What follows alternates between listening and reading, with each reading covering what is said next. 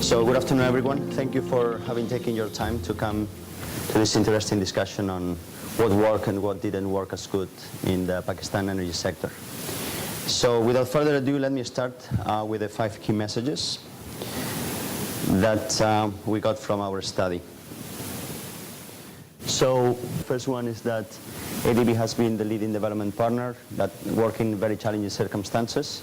There were issues of security, issues of governance, political economic factors that shaped the table, and that ADB had to deal with all these issues over 12 years with a large assistance of 7.7 billion approved, 6.2 billion committed up to December 2017. The second key message is that in terms of performance, overall ADB was less than successful, even though some of the operations were considered successful, particularly transmission, generation from conventional resources, and distribution to a lesser extent.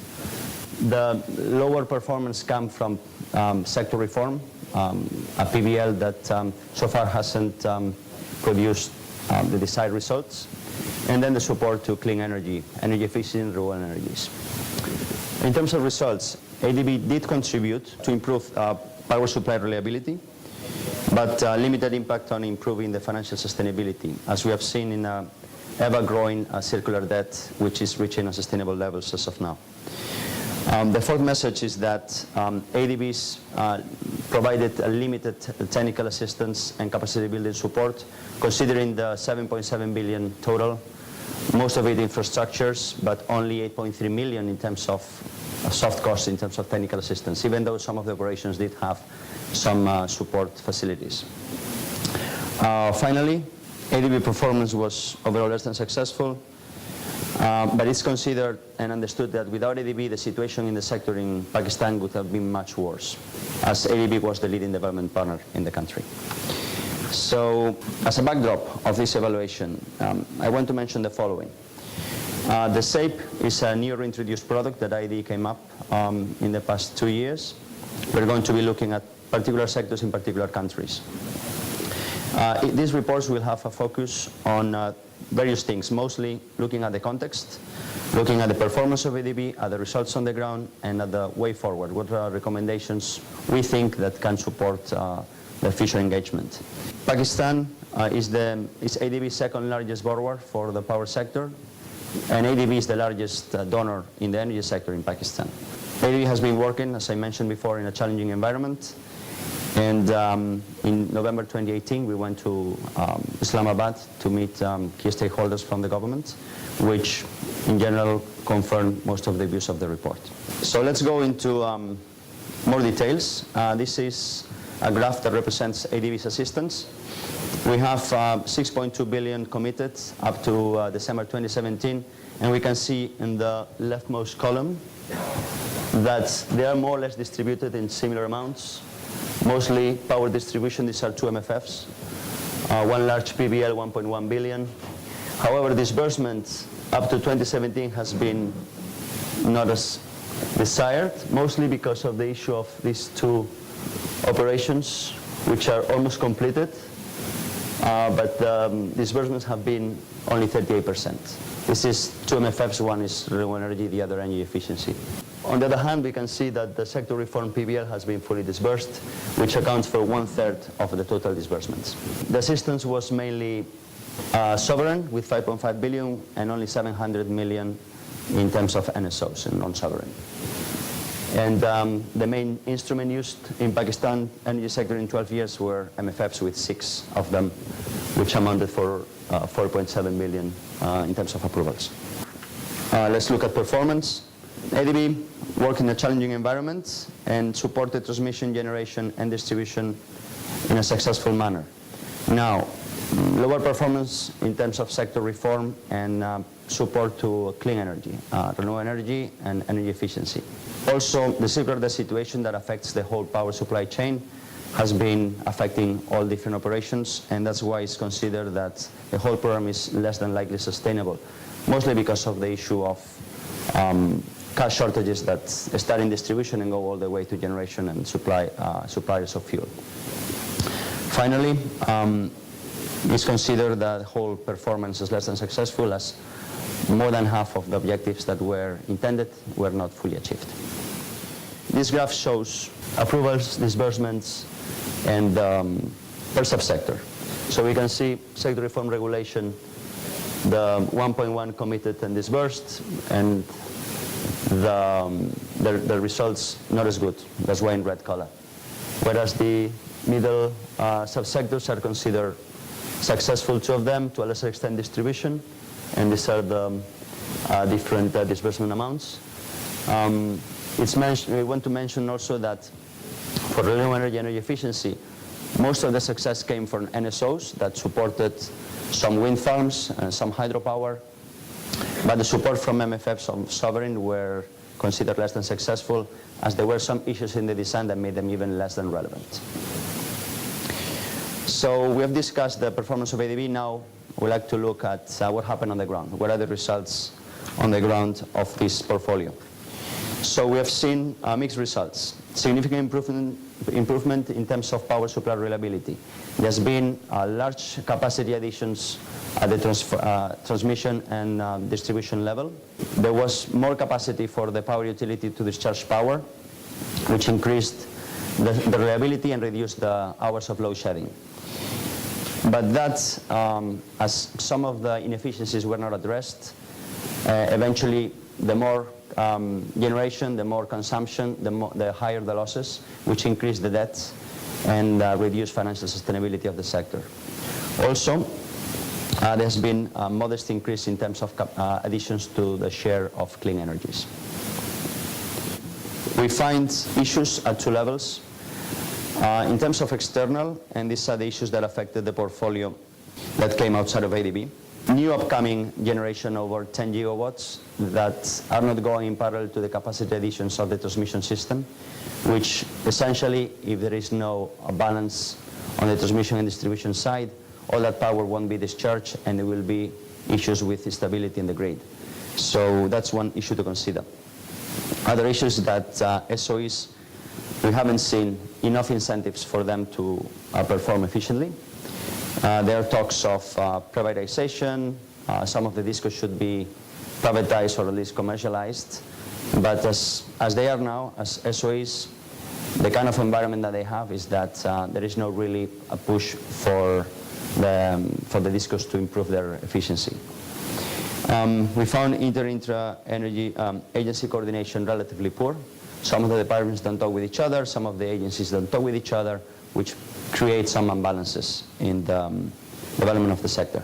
There is excessive reliance on oil-fired power and oil fuels, basically for consumption of the oil-fired power plants, which increases substantially the cost of the electricity bills. And finally, we have seen political economy factors and other challenging issues that support certain status quo and reduces transparency in the sector. Now moving to internal issues to ADB.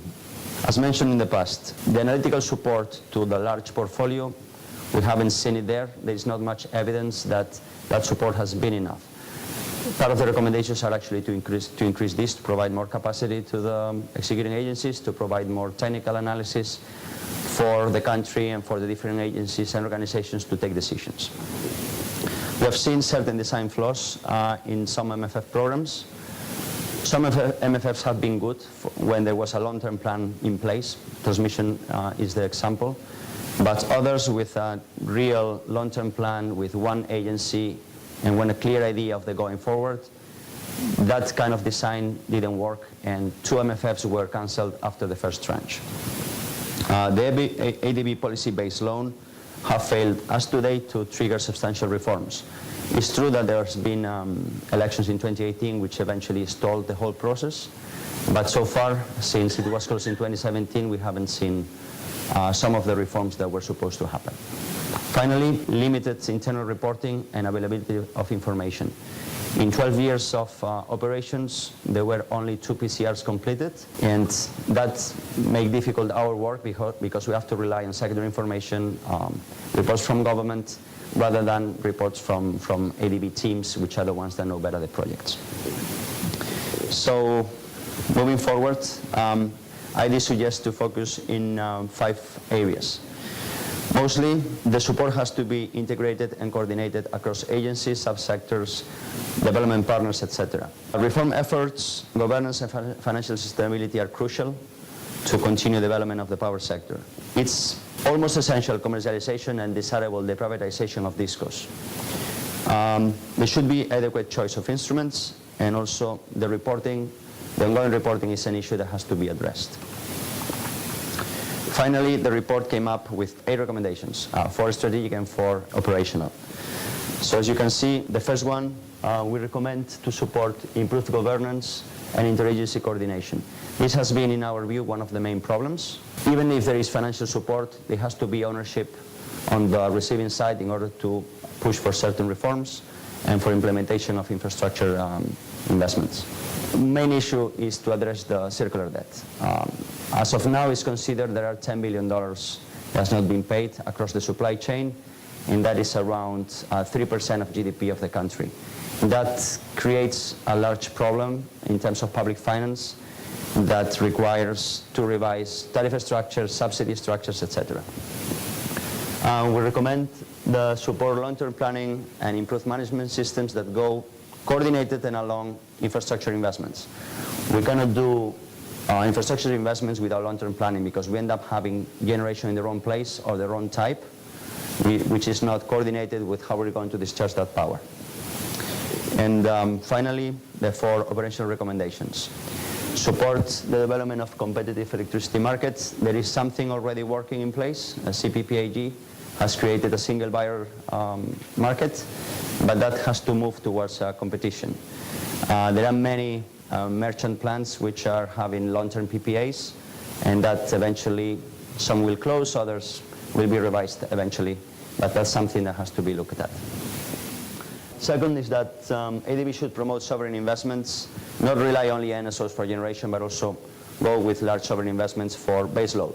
The large example, 0.9 billion was Jamshoro, which is still not yet constructed, but there are opportunities in other technologies like large hydro, etc. Third, action plan for commercialization of DISCOs. It has to be taken seriously. There has been hiccups and issues when K Electric was privatized, but eventually the thing has improved, and even they have foreign buyers now because they are actually making some profit. All the others, some are good, some are less good, but that's something that has to be considered, improved efficiencies, reduce losses, etc. And finally, ADB should strengthen the internal monitoring system. Reporting should go all the way up to management in an ongoing manner.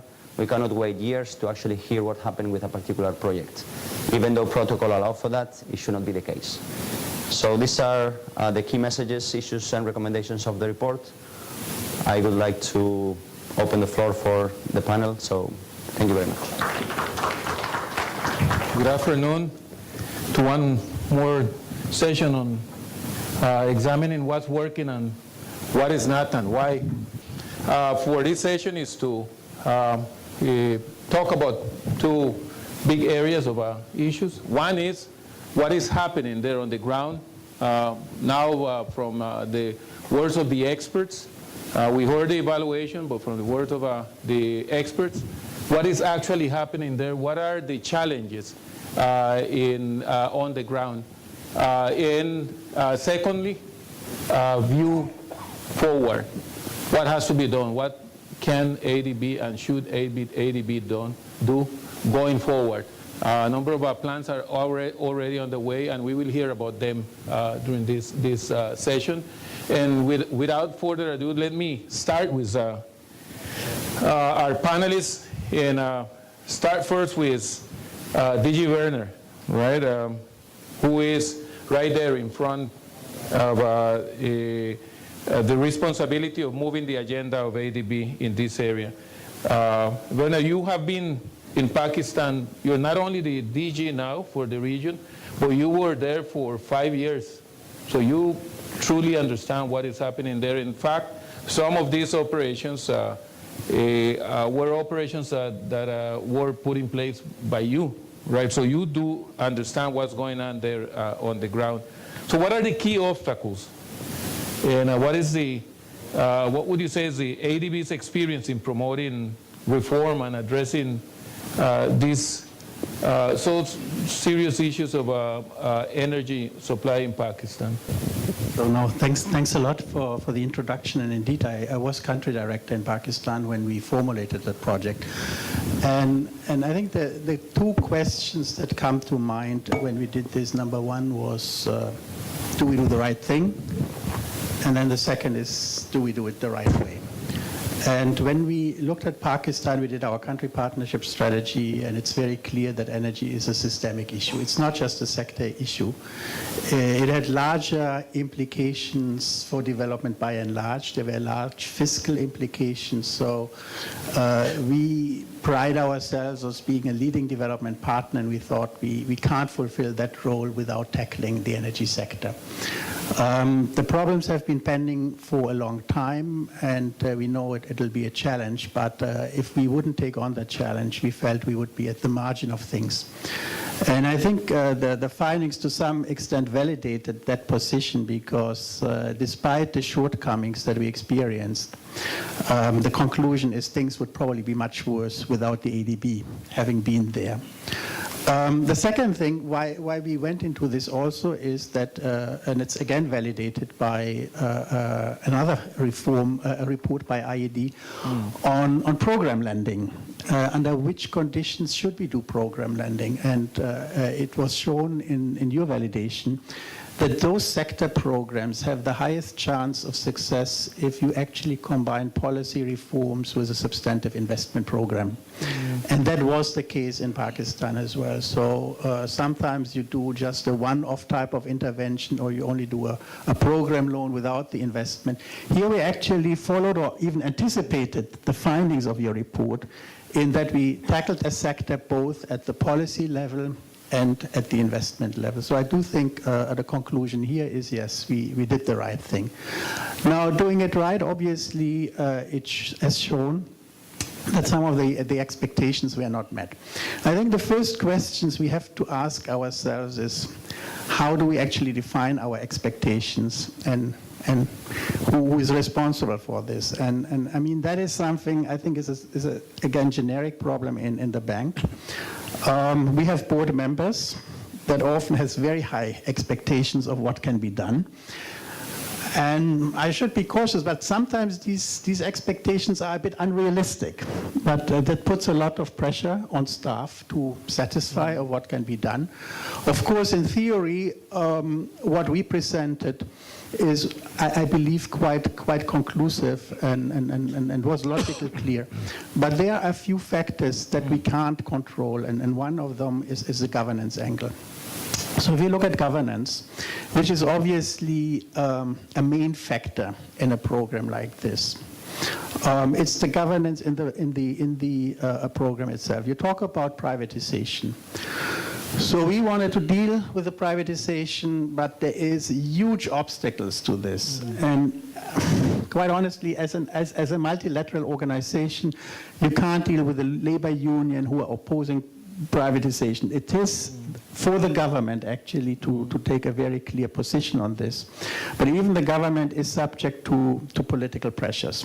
So that links actually the governance complex to the whole political analysis. And we can't just do a reform program like this on a technocratic level.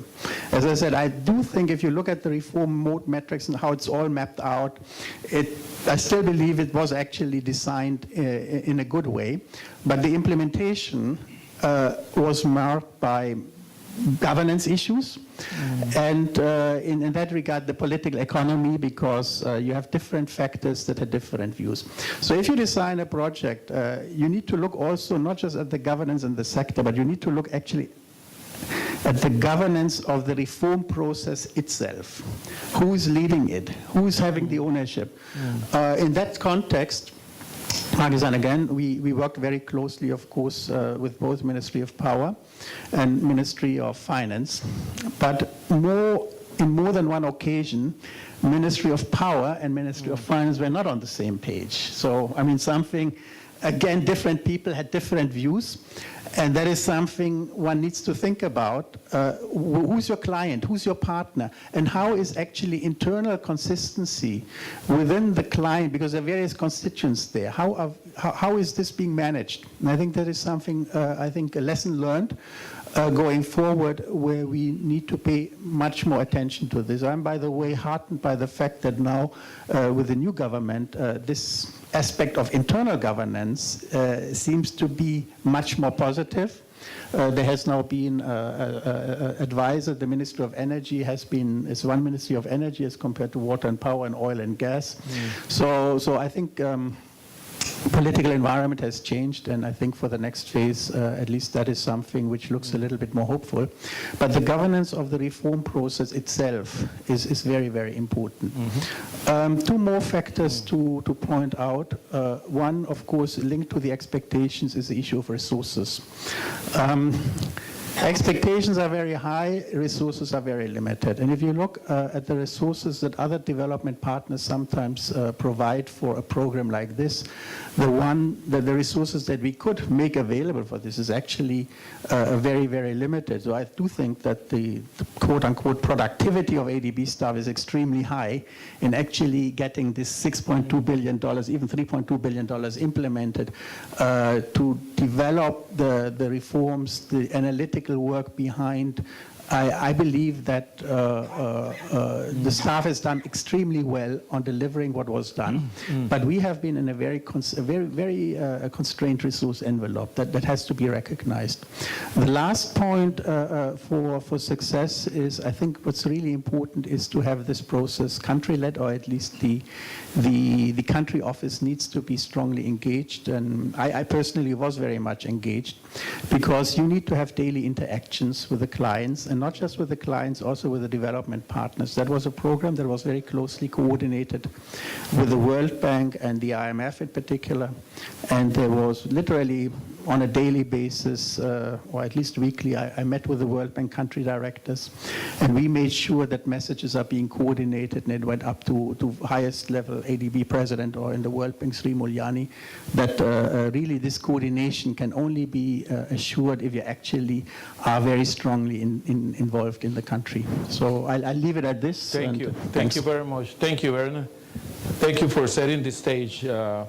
And I'm sure that Edith Shahid will come back to this issue of expectations by the board. And there are board members here that probably may also want to intervene on this.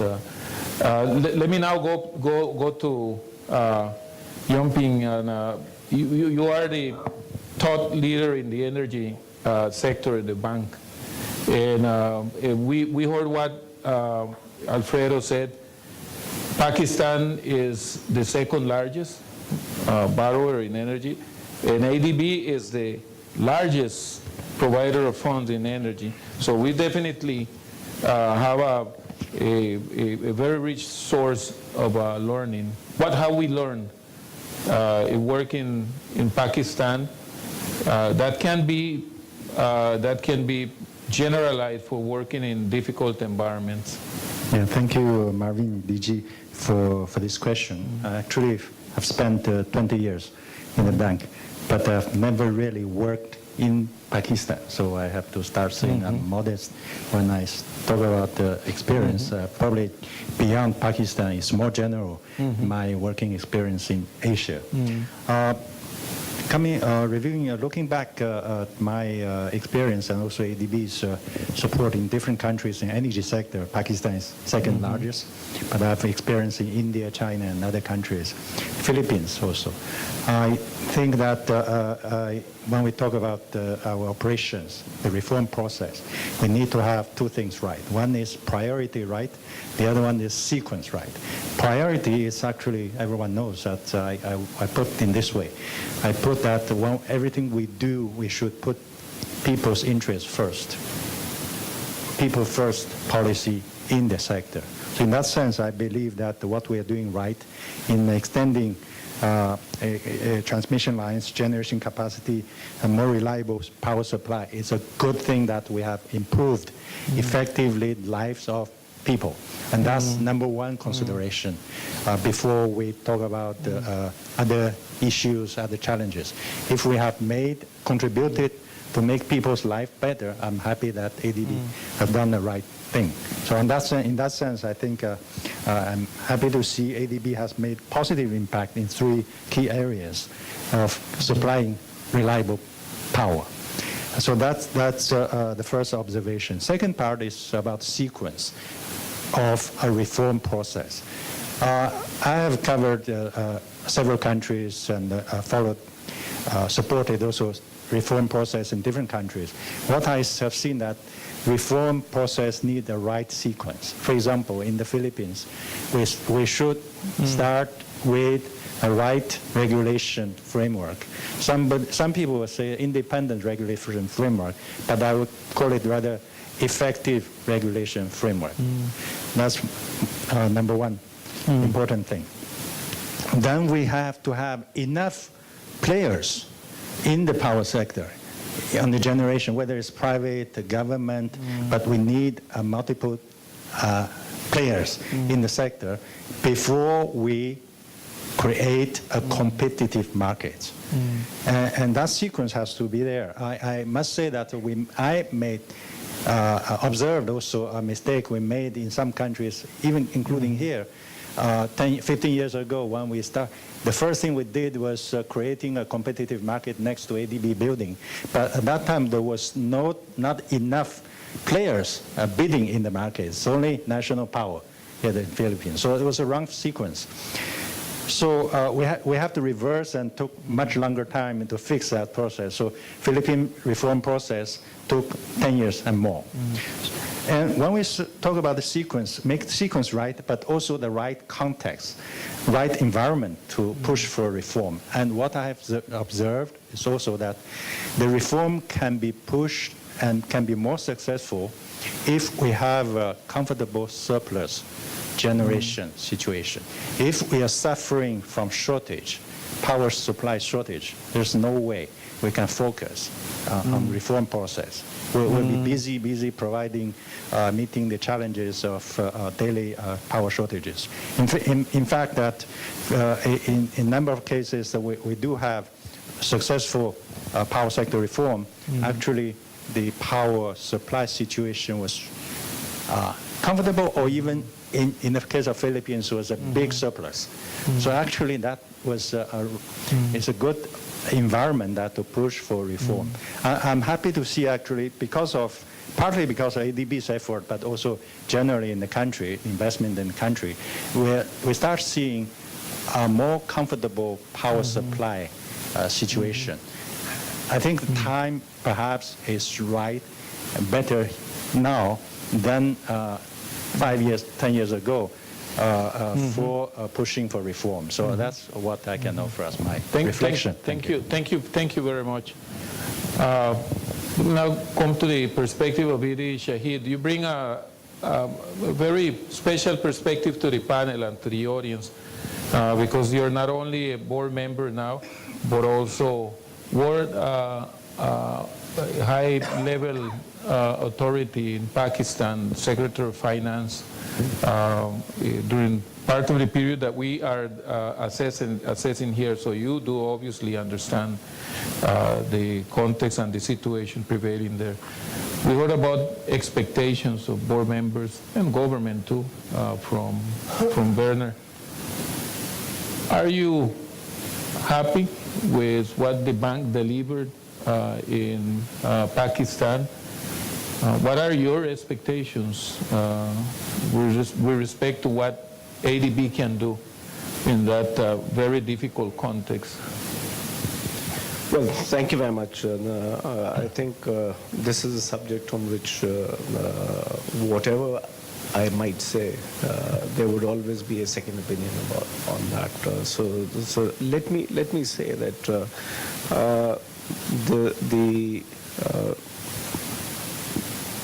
the title of this seminar that you've kept, Helping Pakistan Keep the Lights On, I think it's very, very appropriate. I am reminded of the days 2008 onwards, when we had very heavy power shortages. And so what Mr. Chai was mentioning, do you do reform or do you focus on, because the moment you start a reform means taking hard decisions. And with no electricity, how do you take hard decisions? So I think that was the time, and your time span of this study is 2005 to 2017. And this was also the time when the entire focus of the government was to bring more power on grid. And so that was number one. Number two, I'm reminded also, and briefly touched upon by Mr. Chai also, I'm reminded of a seminar which I attended during the annual meetings of IMF and the World Bank. And this was moderated by the first DMD, Mr. David Lipton, in Washington. And this was about privatization and when you should do it and what are the steps or the sequence that you should give it. And one of the outcomes, and I think it was, there were 3 ministers from developing countries who were part of that panel. And they mentioned that it is always very, very important whenever you go for privatization, it is important that you do it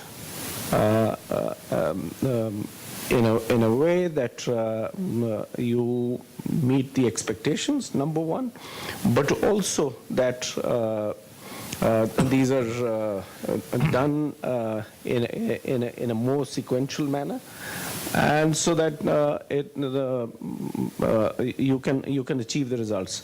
What actually happened in our case, for instance, in one of the periods that I can talk about,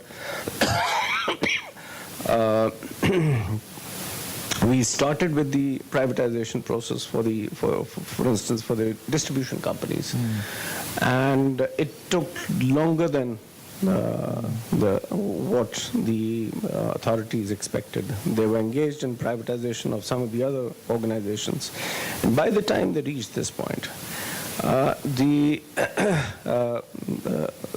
sentiment had already grown against privatization, because 1 or 2 other enterprises that we were privatizing, they came up in arms, and so what Werner was also mentioning, the labor issues that you confront. And so what I'm saying is, while ADB has done tremendous work in a very difficult environment, and they might not have been able to complete all the projects, and Werner has highlighted some of the issues, what led to non-completion of this. But also, I think we also need to understand that all those projects which have been implemented, and you've done the PCRs and the PVRs of those, every project which has been closed, the PCR or the PVR, or whatever rating was done by the management. The IED has also authenticated or validated those, although the number is low. But the fact remains that there were various factors on which, because of which these projects could not be implemented. So while ADB is carrying out very, very important work, they remain one of the largest partners, development partners for the authorities in the energy sector especially. I mean, I think it's 40% of the total. They also lead the energy task force, so they've been helping us with that. They've done some of the audit for the rental power plants, which would have been devastating, and ADB came in and helped us in doing that. So ADB has played a very important role, pivotal role in the energy sector. But at the same time, I would also like to say, and Werner and I were together in Pakistan recently, and we've had our discussions with the authorities over there. What Mr. Chaya was mentioning, the lesson learned for them, and I think what the authorities are planning to do is to come in very quickly on the reform measures that are required at this point in time. And I think some of these early actions that they've taken, very unpopular, but they've been able to sustain that. For instance, the energy prices have gone up tremendously in the last 4 or 5 months. Similarly, the gas prices have gone up 142 or 143%. So that's the scale at which the government is taking. So I think even if they've not listened to that IMF seminar, but I think the important thing is they are trying to take these hard decisions right up front, so that they can carry forward with the real hardcore reforms in the energy sector. Thank you very much, Idi Shahid. Nathan, brief reflections on how this resonates, what you have heard here. First of all, thank you for this opportunity. I think I agree with all the key things that the panelists have said today, right? And the governance, coordination, priority, sequencing, all these resonate really well with what we are saying as part of the evaluation. So one thing that I want to highlight is, Werner talked about this, setting expectations.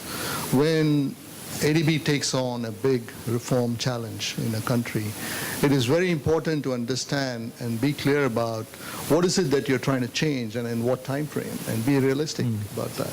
And it has to be done in smaller steps. Reforms take much longer to enact, and the outcomes take even longer. So they're very different from investment projects in that sense. And that needs to be recognized, and that needs to be, in terms of resourcing that particular intervention, in terms of how you deal with that intervention, in terms of the analytical support, in terms of the capacity building that goes along with those reform efforts.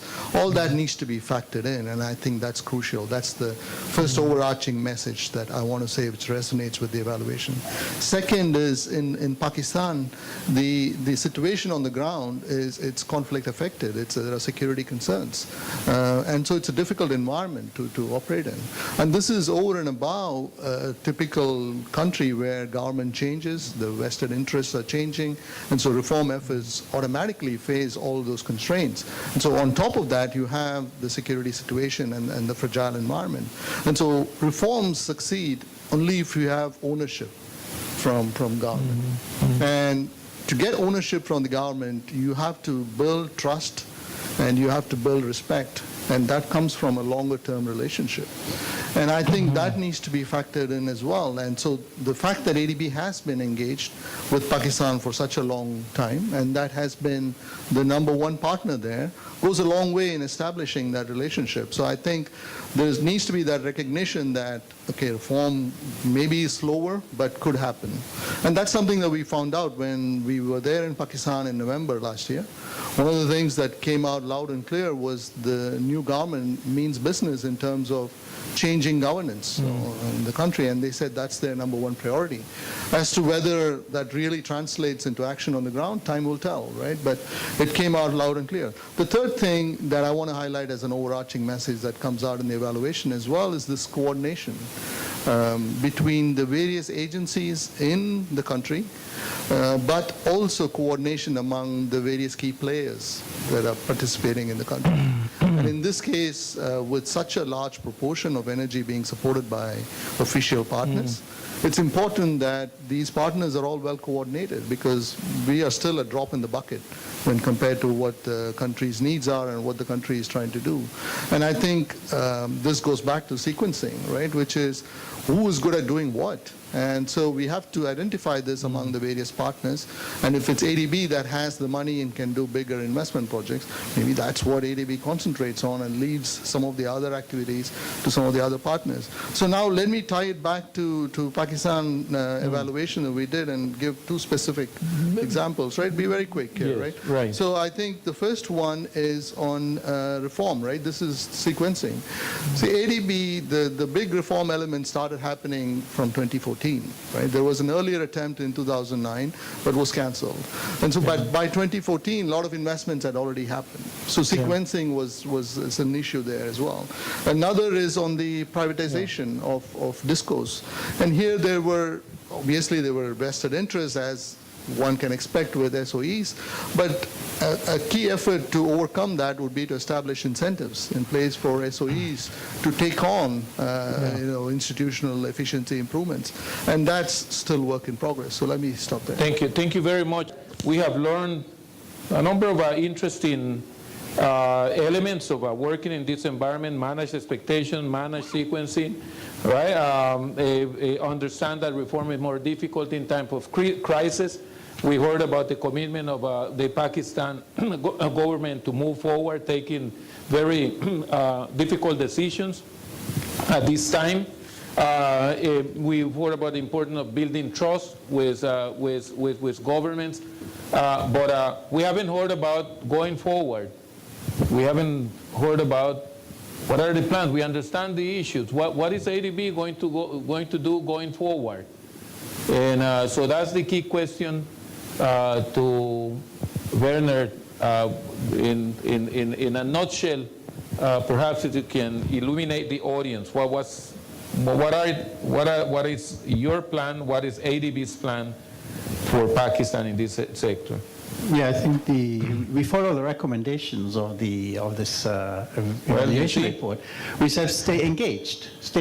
But the board is here, so talking about influential evaluation, board members are here. Can you repeat that, please?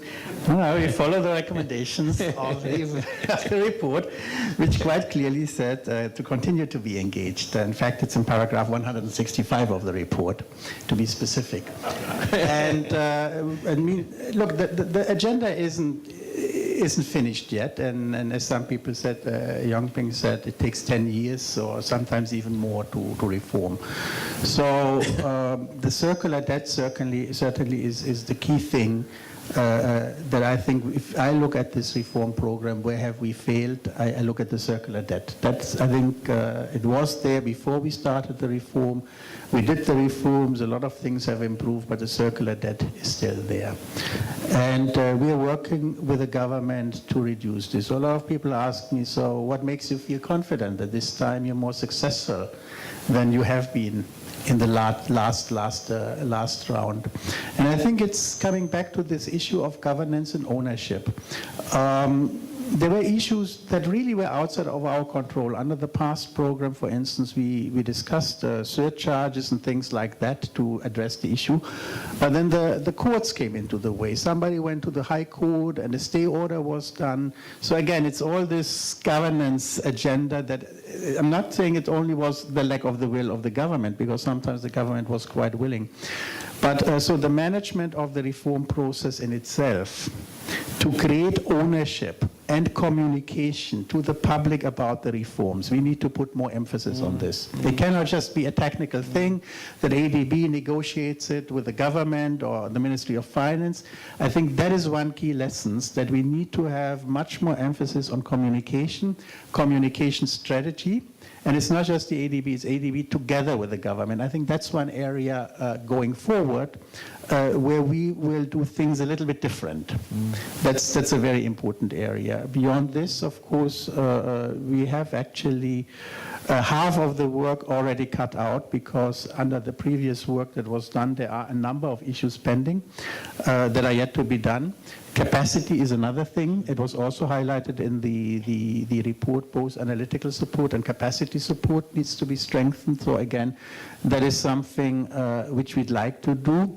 Though to some extent, again, I come back to this point of resources. There's so much we can do, there's so much we would like to do, but the resources that we have at our disposal are somehow limited. And we can redirect a little bit, we can try to be more efficient, we can try to be innovative, we can work with other partners to get additional resources. We're doing all these things, but I think a key element is that more resources need to be put into the program as well, and into the reform process. I think that's a very key lesson as well. Thank you. Thank you, thank you. Thank you, jump in. But how can ADB improve its performance in Pakistan? We heard about how the bank is doing there. As DG Werner just said, if we follow all you have recommended, we'll do a better job. But in addition, I'll just say that we are doing well in transmission, distribution, also with generation. I think moving forward, we should not forget that we should continue focus, and I was not so focused. I was continue to support strongly transmission distribution system for more than the reason I mentioned, that for energy access, but also for integrating more renewable energy. Renewable energy, solar and wind, they are intermittent. They need a stronger grid to absorb more renewable energy. So this area should continue. A second thing, I would just continue a little bit of what I started saying, that reform takes a longer time. Reform would mean, in this case, when you're a circular debt, would mean that higher cost to consumers eventually. Otherwise, this equation would never be resolved. Now, when we have to go through a process of adjusting the tariff for covering the cost, we should protect the vulnerable segment of the population, and by creating lifeline tariff, so that even we have to go through a tough process of reform and hiring higher cost, the poor people will be protected. Thank you very much. Thank you very much. One lesson that you believe is critical, Nathan, that comes out of this? Well, if I were to hang it on one lesson, it has to be that it has to be integrated long-term planning to address circular debt. Because circular debt is not just about doing tariff reform. It's not just that. It's about reducing losses. It's going after defaulters. It's about reducing theft. It's about reducing subsidies in the system.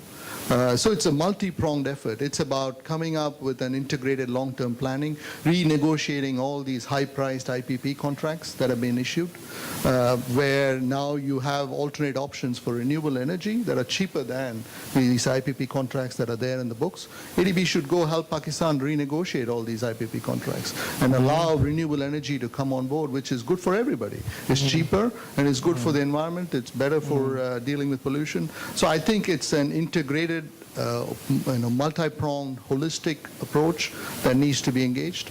And secondly, I would say the choice of instruments, which Alfredo mentioned, right? Which is ADB has large amounts of money to deploy, but then we want all 7.8 billion or something that was approved to be used. If only 3 billion goes out after 7 billion is approved, after a 10, 12-year time period, then all the time and effort that went into that 7 billion, it's a wasted effort. And I think so part of that is, where do you use MFF and where do you not use MFF? What needs to happen ahead of time in terms of establishing a roadmap and commitments from various different stakeholders that participate in this process, so that the country benefits. The country should get the last dollar that's approved out here. So I would say not only is it improving efficiency in the country, but also improving efficiency here, I think. So Thank you very much. Pakistan and colleagues, before Didi Shahid takes and provide his last word over this panel. Any question or comment that you may have, you want to raise to the panel? Yes, please, Edith. So I just wanted to quickly react to Yongping on the issue of lifeline tariffs. I used to do a lot of work in energy reform in South Asia, and the mantra we came up with is subsidize the people, not the tariffs. So be very careful with the lifeline tariffs that they're really directed at the right people. The minute you put a subsidy through the utility, the rich people will also capture it, and then you're back where you started. So make them really targeted and targeted at the community, not through the general tariff. That would be my advice. Thank you very much. Peter Rose, any other comment? Very quickly on this one, we're not looking directly. I mean, you have a step-up tariff structure based on the level of consumption. So you make the first megawatt, the first 50 kilowatt hours, you make them at a low level, which means basically the poor people pay little, and then you step it up later on. But I come back to the point. So I agree with you, by the way, that you need to, if you do subsidies, they have to be done intelligently and targeted, and there are various ways of doing this. But coming back again to the point of communication, I think in all of this, communication is so important, because we tried and in fact there were tariff increases, but you know there are vested interests and they bring messages out which are actually incorrect. There's a lot of wrong information floating around where people are exploiting. There is a tariff increase, and in fact the tariff increase didn't impact on the poor people. It was actually at the higher level that these tariff increases were. So that comes back to the point of communication is really important, because communication or miscommunication was targeted to basically target or derail the program. Thank you, Werner. And let me now turn it over to Iri Shahid to close this panel and hear his final reflection. What are your expectations going forward, and perhaps a word on the critical issue of the circular debt? Well, thank you very much. I think it's been a very rich discussion, and the report has been, I think, very timely also, and it brings out the main issues and all the recommendations actually are very, very critical, and we need to implement them. But on the issue of circular debt, I think while there are many things which have been highlighted, on which regulations have to be brought in, the regulatory framework has to be improved, and a number of reforms have to be undertaken. But at the end of the day, this is for the country authorities to address, and this is a serious issue that has plagued the power sector. Some effort has started now. I think some of the reform which we've been able to undertake through the power sector interventions from the ADB and other, mainly from the ADB and other development partners. We've been, for instance, you mentioned earlier the CPPAG, which is the single purchaser. We've been able to do that reform, which was not there. Bringing all the expenditures which were taking place in various forms to bring that into tariff. I think that was a major issue which we were able to resolve. But at the end of the day, there's a lot which is lost in transmission or in distribution or in collection, and I think that's a major area on, and these are the three major areas on which we need to work on. And there is a lot of work which is actually going on at this point in time. In the last 3 months, the collection agency reported that there's been an improvement of 1.4%, drop in the ocean at the moment, but that means 40 billion rupees. So that's the kind of improvement which is coming through the measures which the authorities are taking. So all in all, I think this is an area where which is to be dealt mainly by the country authorities. Yes, the development development partners are there. They bring in all the knowledge. They bring in the support as well. But at the end of the day, that's for the country authorities to handle. And as I mentioned earlier, fortunately, the present government has started this without wasting time on this. They targeted that we need to recover cost, and so while we are not recovering the entire cost, but I think much of it has been passed to the consumers, those who can. On the lifeline issue, which which was mentioned, and Werner has mentioned about it, the tariff for all consumers who consumed 300 units or less are given that lifeline rate, and the rest have to pay. So that's and those are mainly. If you do a survey, that's a very large part of the total consumers, but at the same time, for want of a better targeted